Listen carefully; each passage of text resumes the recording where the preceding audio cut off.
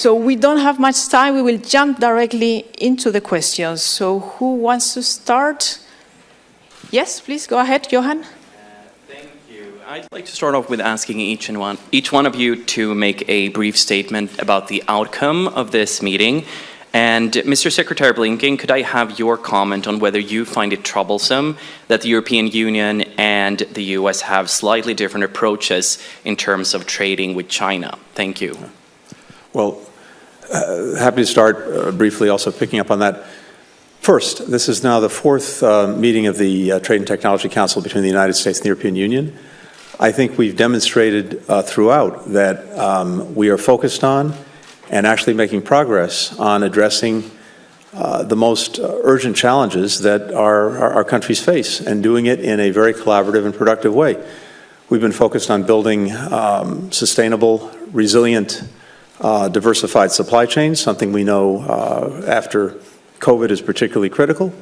We're working on collaborating on making sure that critical minerals, which will be powering our economies going forward, are readily available, and that we're collaborating on sharing information and working together to invest in them. We have remarkable convergence, actually, when it comes to our approach on the major challenges we face, whether it's dealing with Russia's aggression against Ukraine, including some of the export controls that we've collaborated on, including dealing with some of the challenges posed by China. And again, from our conversations and discussions, the word that comes to mind most is convergence. Together, we've been working on things like investment screening mechanisms, on coordinating on export controls, on working, as I said, on diversifying supply chains, on dealing with some of the non-market practices that we see. But we start from exactly the same approach, which is that none of us are looking for confrontation, none of us are looking for a Cold War, and none of us are looking for decoupling. On the contrary, we all benefit from trade and investment with China, but as opposed to decoupling, we are focused on de-risking. And you've heard the same language coming from leaders on both sides of the Atlantic. That is, being very clear-eyed about some of the challenges that the relationship poses. So the TTC, in a very practical way, is focused on addressing them, and I think you'll see that in the conclusions of this meeting as well as the work that we're doing. Finally, I would say, and I'll let my colleagues address this as well, we're intensely focused on what we can do together to address both the opportunities and challenges posed by emerging technology. We had a very intensive and I think productive discussion on artificial intelligence today, including generative AI. I think we share a conviction that the TTC has an important role to play in helping establish voluntary codes of conduct that would be open to all like-minded countries, particularly because there's almost always a gap when new technologies emerge between the time at which those technologies emerge and have an impact on people and the time it takes for governments and institutions to figure out how to legislate or regulate about them. And we feel the fierce urgency of now, particularly when it comes to generative AI. And so, and I'll let my colleagues address this as well, one of the things we focused our conversation on today is how we can use the TTC to help advance, at least in the near term, voluntary codes of conduct that need to be open to a wide universe of countries so that we can mitigate some of the potential downsides and amplify the upsides of this extraordinary technology. Maybe just to start off with the question of trade in the European Union, we're in the process of establishing an economic security strategy. The Commission will table our approach mid-June for the European Council to discuss. And I think we see very much eye to eye on a number of these issues. For instance, when it comes to coercion, we have the anti-coercion instrument. This, of course, is part of the strategy, as well as export controls, so that we can indeed identify risks, deal with them, and then trade for the rest of it. Important results, protecting children, minors online. Really important that we know that they are safe. but also that they are empowered. And I think we got a very good balance because, of course, kids will be online, but they should be safe from harm. They should be safe from targeted advertising. And here we made a lot of progress on enabling researchers to get the necessary data to follow what is ongoing. We think that we can have the specifics already by Christmas time. Now we have the agreement in principle. And as of now, we need accountable artificial intelligence. Generative AI is a complete game changer. Of course, we have had AI now for a very long time. It is used in many, many places. But generative AI is something new. You know, you have had it at your fingertips. You've seen colleagues using it for writing their articles. You have seen other colleagues using it for their research. Everyone knows that this is a powerful thing. So within the next weeks, we will advance a draft of an AI code of conduct, of course also taking industry input, taking input from independents, and then of course invite colleagues to sign up for the drafting in order to have very, very soon a final proposal for a code of conduct for industry to commit to voluntarily. Because we have different legislative procedures, it will take 2-3 years at best before that would come into effect. And we're talking about a technological acceleration that is beyond belief. And here we think it's really important that citizens can see that democracies can deliver, of course in legislation, but also in bridging the now and the legislative impact, and to do that in the broadest possible circle with our friends in Canada, in the UK, in Japan, in India, bringing as many on board as possible. The only thing that I would add very briefly, and in answer to your question about China, is to pick up on Secretary Blinken's comment of convergence. And the reason there's convergence is because our interests are aligned. Of course, the EU and the member states will have to make their own decisions, as will the United States, as to what's in their best interest. But spending 2 days talking to our colleagues here, our interests are aligned as it relates to China, as it relates to having safeguards around AI, as it relates to promoting responsible innovation. And so I thought this was a very productive couple of days. One of the most, our fourth, not surprisingly, as we all get to know each other a little bit better, develop even more trust. I think it's been among the most productive and some of the richest discussions. And I have no doubt that what will follow from this meeting will be some really concrete outcomes around responsible safeguards for artificial intelligence, better coordination around semiconductors and our semiconductor strategy, and just general convergence as we realize our interests are aligned and we continue to work together. Well, on the trade side, I would emphasize our discussions on transatlantic initiative on sustainable trade, and the concrete deliverable in this TTC is that we had agreed on a concrete work program to focus on and to really generally work towards this green transatlantic marketplace. We just finished our stakeholders event, and it must be said that this message was coming also very clearly from the stakeholders that they are expecting us to work together on the green transition. And we also agreed to instill new energy in our work on trade facilitating measures to look how we can advance in areas like conformity assessment, use of digital tools for trade facilitation, and other steps in this area.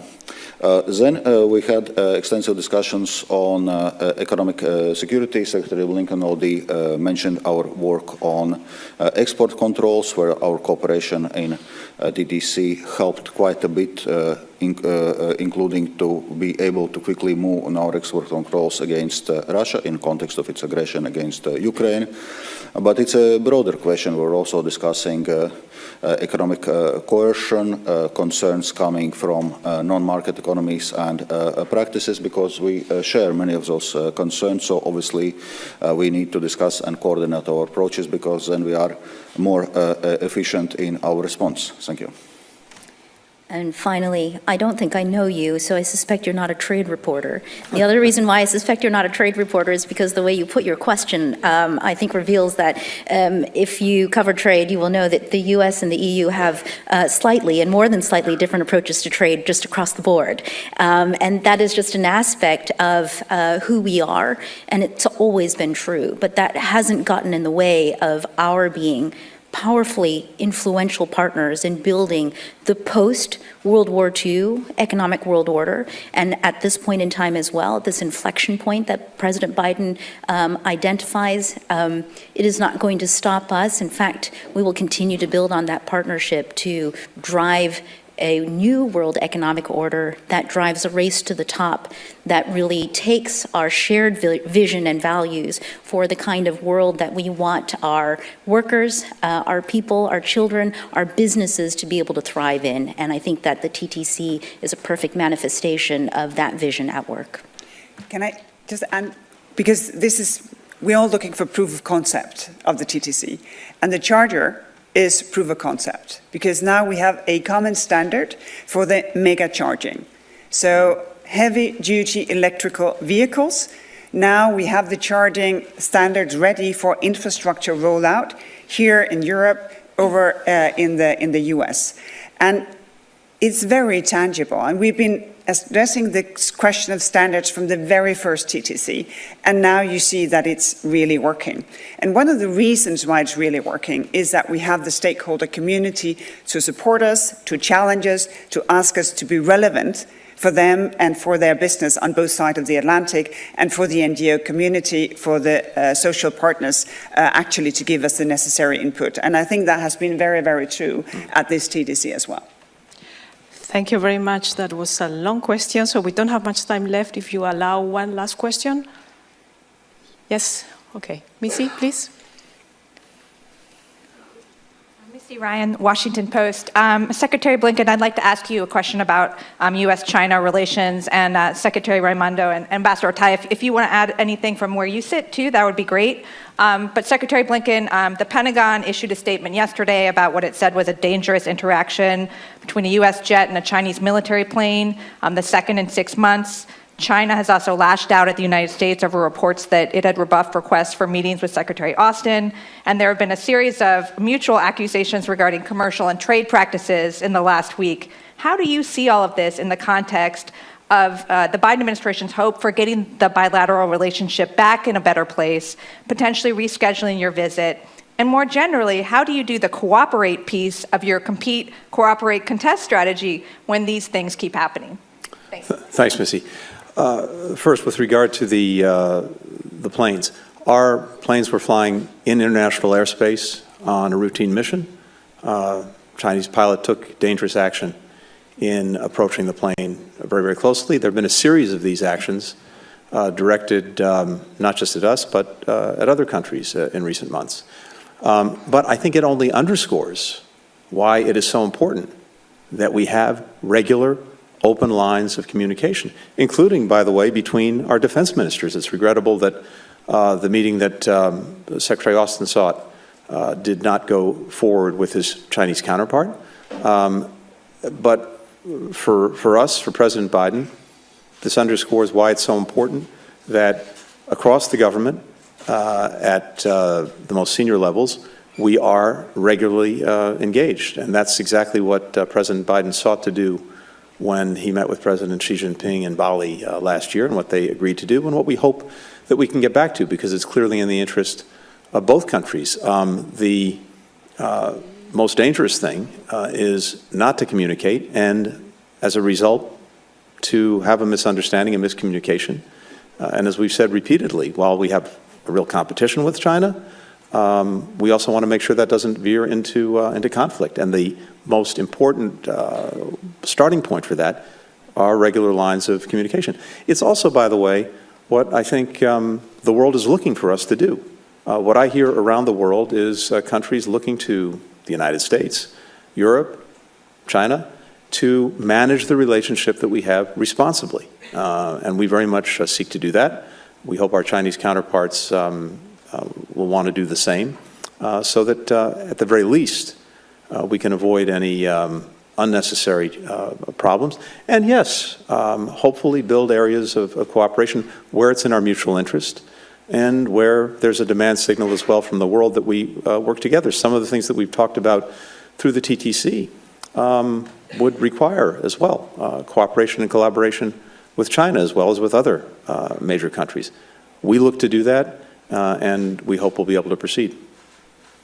I would just add to that point of opening a dialogue. I had a productive meeting on Thursday of last week in person with Minister Wong, the Commerce Secretary, who came to D.C., and it was a candid, direct, productive exchange where we tackled head-on some of our issues related to economic coercion and other irritants, but also where we agreed to keep the channel of communication open in the hope that increased dialogue would lead to de-escalation of tension and an ability to solve problems. And I'd like to recenter the conversation here at the TTC on the U.S. and EU relationship, speaking of channels of communication and how important it is to a vibrant bilateral relationship. Valdis and I committed to each other at the beginning of this year that to keep the global steel and aluminum arrangement negotiations on track, that we would meet every month this year to ensure that our teams are on track to produce. And we've kept that promise. And in fact, I just wanted to preview for you, Valdis and I are not just seeing each other this week here in Sweden, we will be seeing each other next week as well in person. I just want to underscore the ambition that underlies this relationship across all of the areas that you see represented by the different principles on the stage right now. Thank you very much. Unfortunately, we have to conclude because there is no time left. Thank you, everybody, for being here, and thank you to the principals for a very successful meeting today. Thank you.